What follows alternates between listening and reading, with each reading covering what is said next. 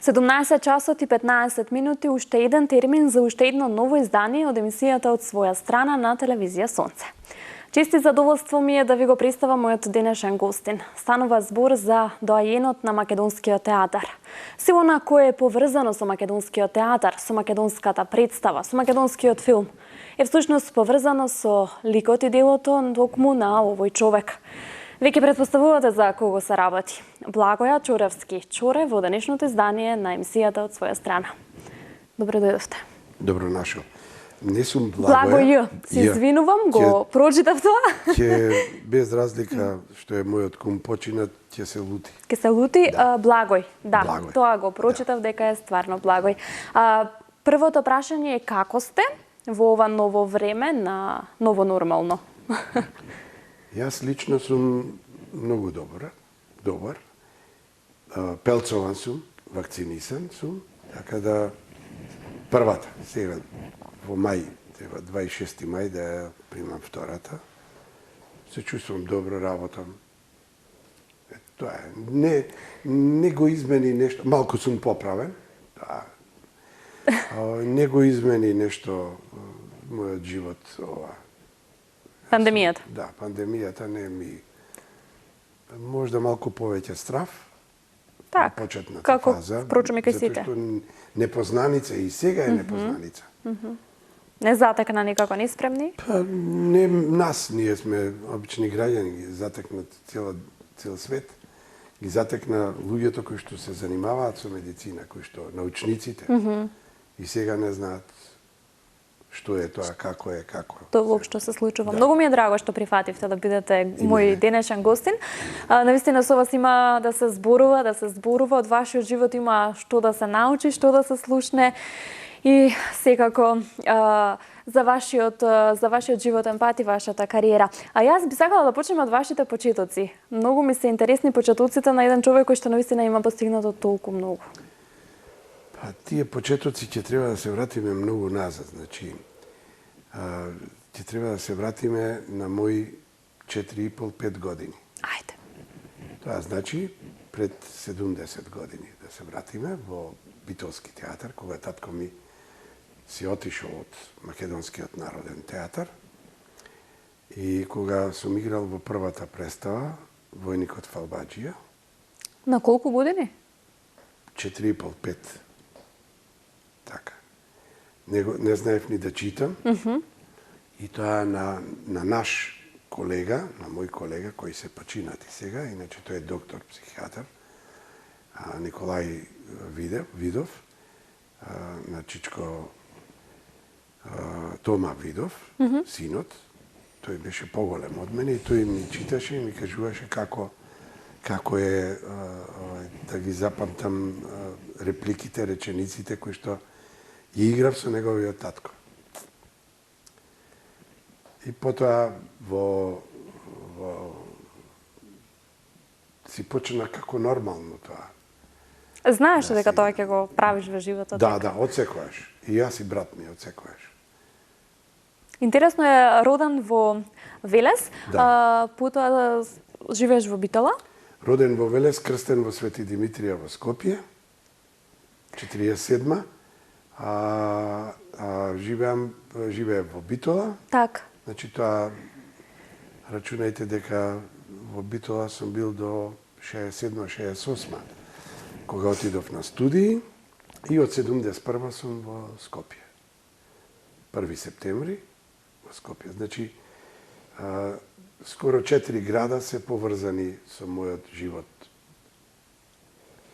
Студирате во Софија, во Бугарија. Какво е искуството таму? Каков е студентскиот живот во Софија? Што ќе издвоите како најинтересен дел од тој период од вашиот живот? Многу професионално, многу прекрасна академија. Значи, јас сум многу благодарен на Министерството за образование на Бугарија, односно на нашето министерство тука, затоа што ние бевме тогаш во таа Југославија. Вие не сте биле родени. Во таа Југославија имаше размена на студенти. Така. И ние отидовме со таа размена на студенти. Колку студенти од Југославија одат таму, толку студенти има во низ цела Југославија, нели, од Бугарија. Така. И јас сум бескрајно благодарен на тоа е академија која што иначе јас кога студирав се викаше ВИТИС. Виш Институт за театрално искуство Крстио Сараф. И тој е македонец. Актер бил и тој голем. И тоа беше престижно кога ќе кажевме дека студираме во ВИТИС, беше чудно. Вие ВИТИС, тоа беше како мали богови не гледаа. Животот беше многу добар за нас, затоа што со многу малку пари, наши, мислам, во тогашни динари, купувавме левови и бевме како американци. Во секој случај. Така, се враќате овде во Скопје, каде што и нели живеете до ден денес. Кој ве водеше низ театарските води? Како почна вашиот работен век? Вашата кариера? Јас имам многу учители, почнувајќи од мојот кум Петре Парличко, Чичко Тодорче, татко ми, мајка ми, кои што Така. се актери, починати се, Бог да им душа прости, но тоа се моите први почетоци. Јас сум седел во гримјорните заедно со нив.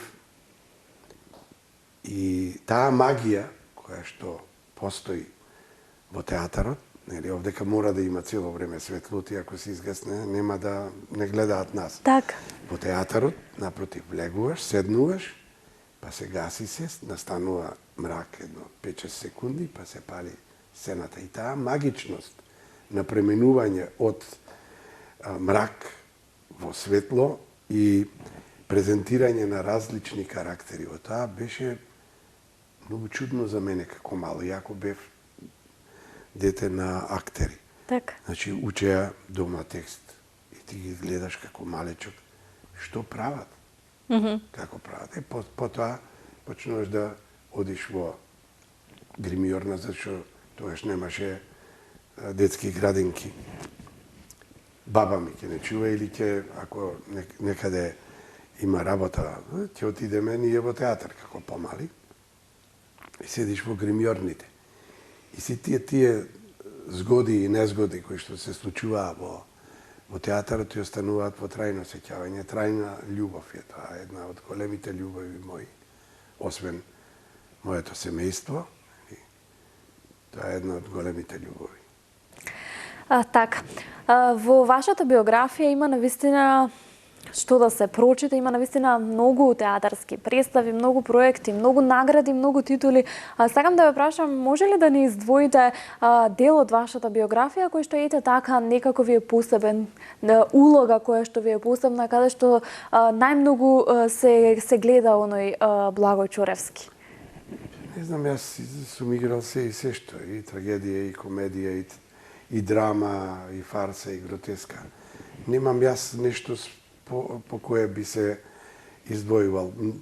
Мене публиката ме сакала многу во комедии, почнувајќи да речеме од Молерчето Дарко, па Камишан Дебис во Болва Вуво,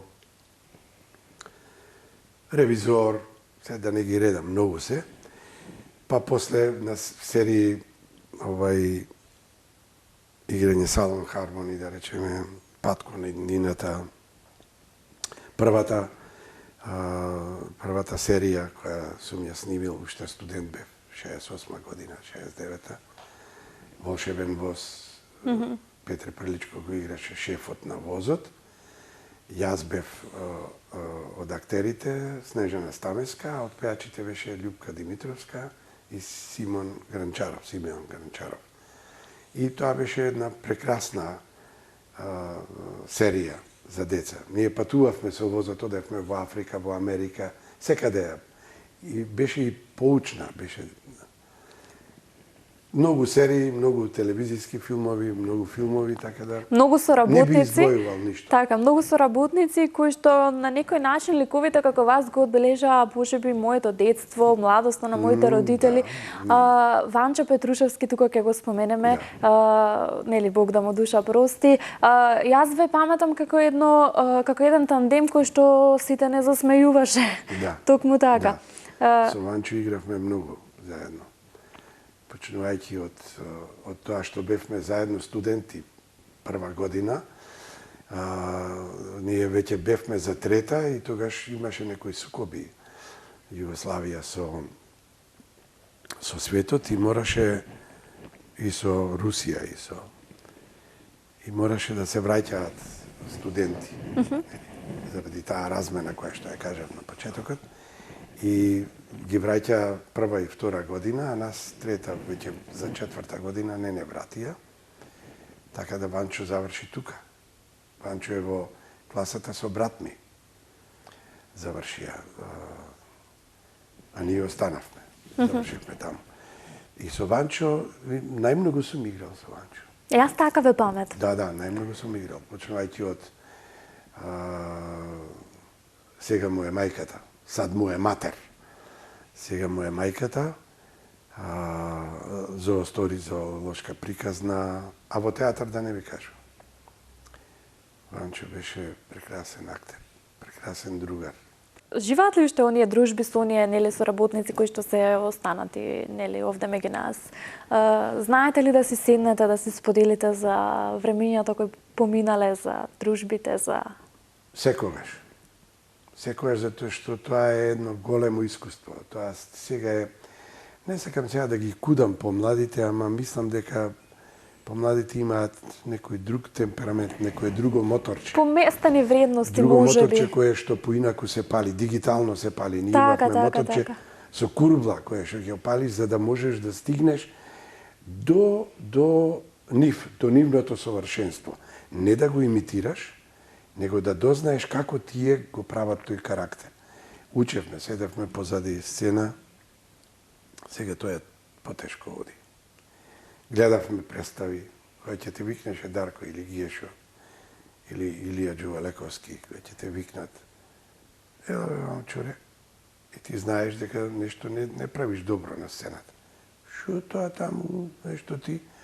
Абе се договоривме со режисерот. Абе режисерот не е на сцена, ти си, не чини тоа. И ќе ти покаже како. Тоа тие проби беа многу. Се учело се. Да, така е. Не велам дека и сега нема одлични генерации, но многу повеќе некако така направија. Политиката стана примарна, животот стана втора категорија, а политичарите станаа главни. Они не разбираат дека без народот никој ништо се. Ама така е. 16 години директор на Драмскиот театар. Да. Што значи тоа за вас и какво е тоа искуство во Тоа е страшно искуство. Сум го кажувал тоа во интервјуа. Вие мора како директор воопшто и не само на театар, него било каде, која ќе ве постават на таква функција, вие мора да ги сакате вработените, да им овозможувате на вработените да го извлекувате од нив тоа што го носат со себе.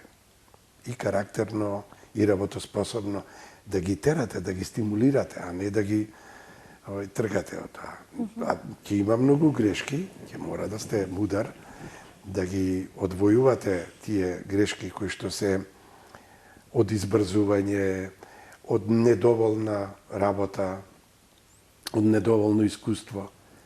И тие треба да ги знаете. Директорот е посебна марка.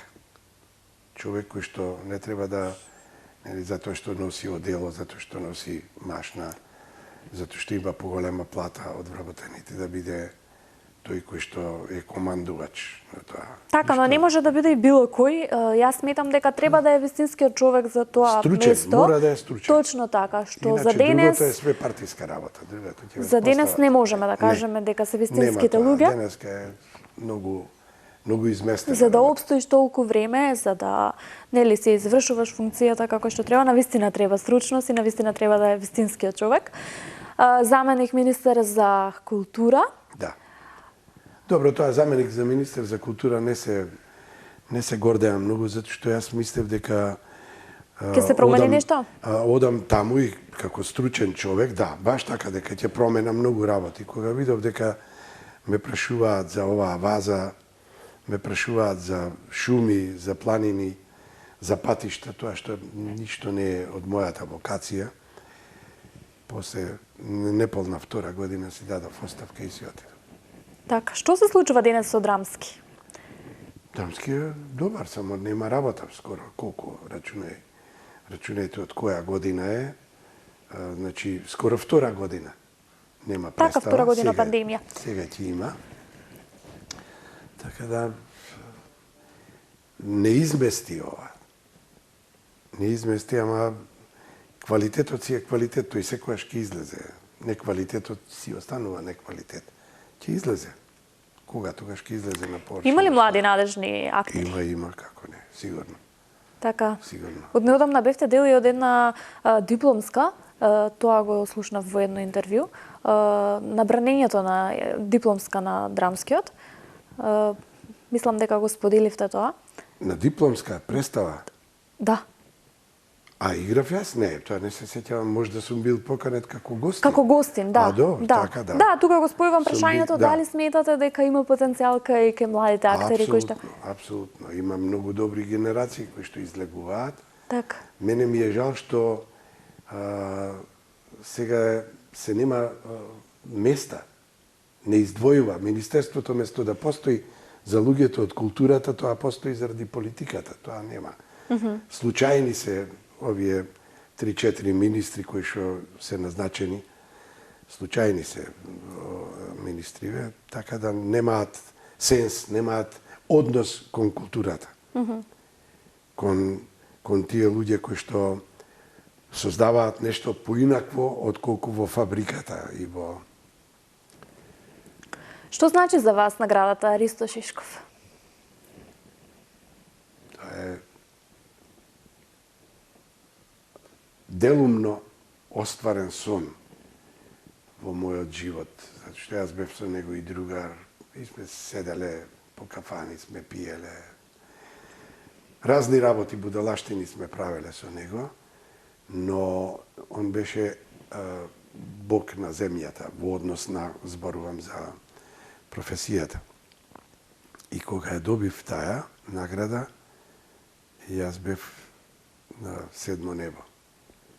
Си имав еден мал разговор со него после наградата, каде што му заблагодарив на тоа што учев од него.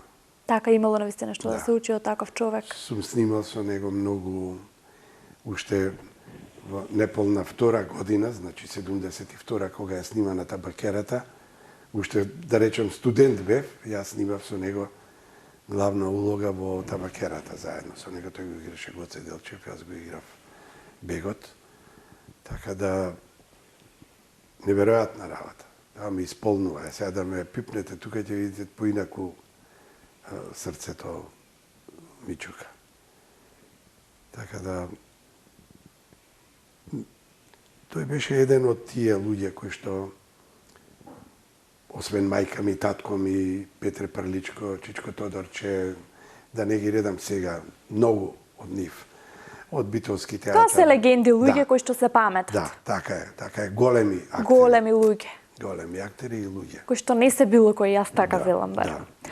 Кој е Благој Чуревски приватно, кој е Благој Чуревски денес во пензионерските денови, што го исполнува, што го прави насмеан, со што се занимава, знам дека се уште подработувате. Да.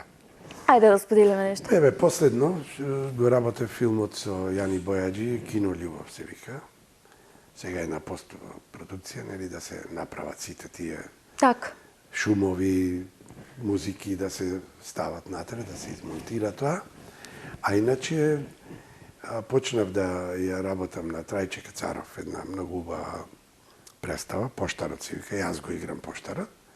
Марија Кондовска игра мојата сопруга, Игор Георгиев од Драмски театар Млад еден актер го игра Дојденецот, така се вика по... Одма после тоа ќе ја работиме на Гоце Ристовски текст од 9 се вика, 9-ка. Така? Со Елизабета Стефановска, млада актерка од Охридски театар. Иначе и таа има завршено. Сегашно се вика надфис во Софија, и таа го има завршено тоа. И ќе работиме таа, па се надевам дека со Куле во Драмски театар треба да се работи негов текст. Глумевте во Врба, филмот на Милчо Манчевски, исто така? Да, пред 2 години. Така, 2018. Да. Чинам, да, 2018. Таму можеше да ве видиме. Така, вие сте неуморлив на некој начин. Да, ме држи се уште тоа. Да, ве држи тоа. Што мов дека памтам, тоа е добро.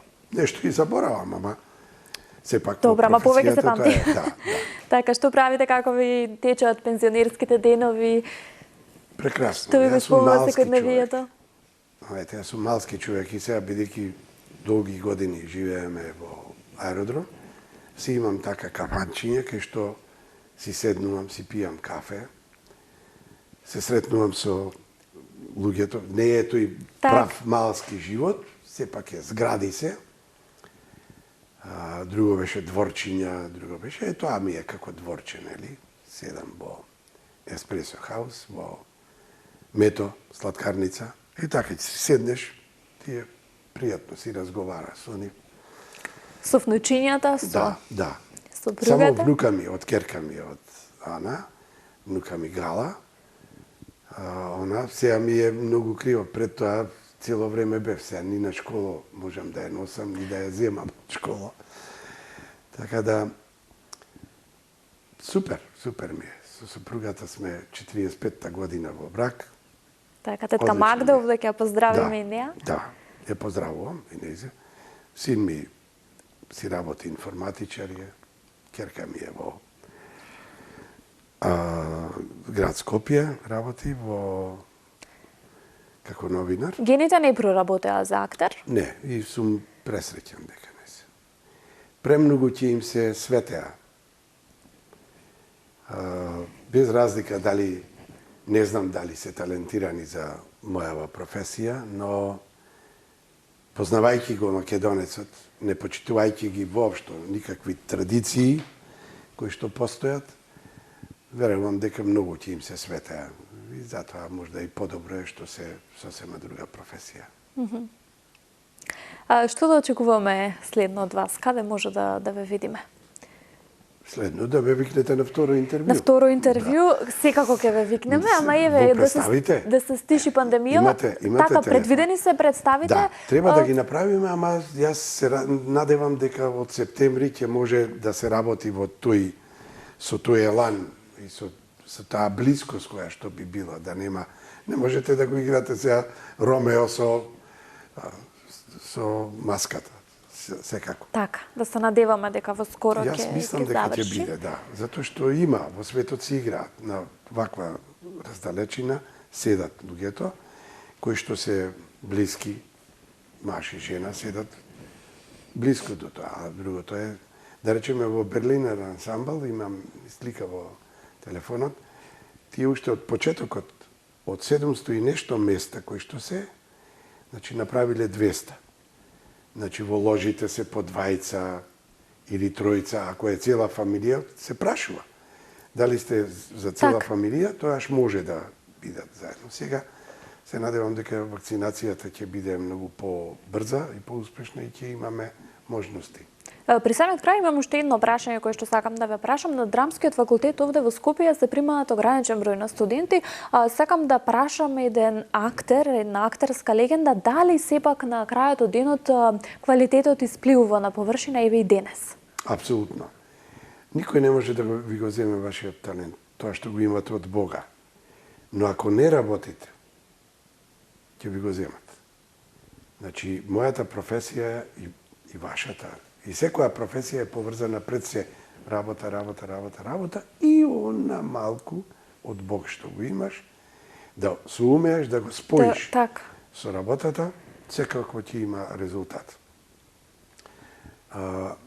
нашава професија и мојата и вашата е таква да секоја сте на показ на другите луѓе. Не мора сите да ве сакаат и не мора на сите да им се допаѓате затоа што Па и не е нормално на сите да им се допаѓаш. Ама не ни може тоа. Вие не сте ни машина, нити јас сум машина, нити па тие што не гледаат. Вкусови, за вкус не треба да разговараме. Така е.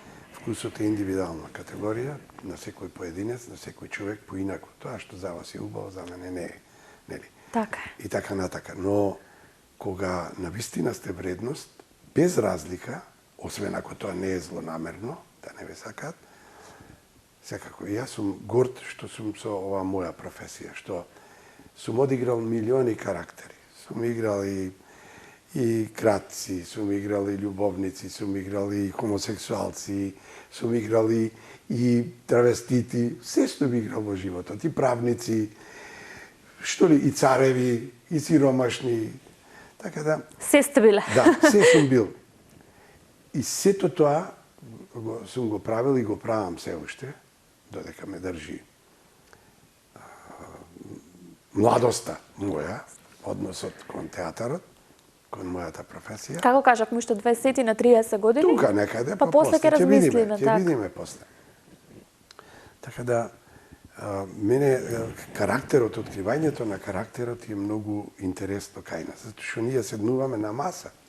Ние ќе го прочитаме текстот, но на маса седиме, зависно од тоа од режисерот, зависно од тоа колку ќе успееме да ги издоанализираме карактерите, тие што ќе ги играме, тоа што е мојата, тоа што ми го определил режисерот, да речеме царот, тој и тој.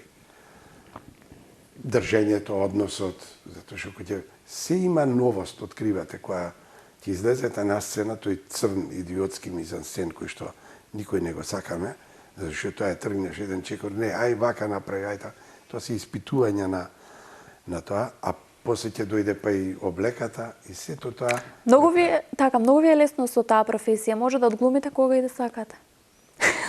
Да, но ако одглумите на вистина, ако тоа излезе од вас, така, ќе биде вистинито, но ако тоа е само обавезно. Ќе ве сетат. Сигурно. Не можете да му глумите на човекот кој што е до вас. Ќе ве фатат. Така. Јас велам, не можеш да ме глумиш, јас пишувам сценарија. Да, уште подобро. Треба и искуство, секако, но битно е тоа. Работа и малку, тој 0,1% од тие 99,9% работа да се знае да се искористи. Така. И да знаеш да го споиш. Господине Чоравски, ќе ви се заблагодарам уште еднаш. Много ми се допаѓа ова, господин Чоравски. Добро. Ќе ви се заблагодарам уште еднаш што ја прифативте поканата, многу ми беше пријатно. Едве чекав да го снимиме ова интервју, знаете, ви кажав. Многу сакам да учам од вакви луѓе, сакам да ги слушам нивните приказни, сакам да слушам за нивните почетоци и за се она кое што тие го имаат постигнато. Ќе ви посекам пред се многу здравје, да се видиме, нели, кога ќе заврши пандемијава со COVID-19, без маски, без протоколи, па и надвор да се седнеме и да испиеме по едно кафенце. Апсолутно. И на представа, секако. Да. И само за убави работи да се гледаме. Апсолутно благодарам на поканата. Поздрав до вашите ценети гледачи и секојаш ви стојам на располагање. Имате број на телефон, а за представите ќе се договориме. Ќе прочитате, ќе видите кога се. Така, ќе ве следиме. Ви благодарам уште еднаш. Благој Чоревски Чорев во најновото издание од емисијата од своја страна. Се надевам дека со ова интервју успеавме да го задржиме вашето внимание. При самиот крај упатувам посебна благодарност до Бутик Мај Мода, кој се наоѓа овде во центарот на Скопје и кој можете да си го посетите секој ден, и до мојата шминкерка Самра Имери. Ние се гледаме наредната среда во истиот термин. Довидување.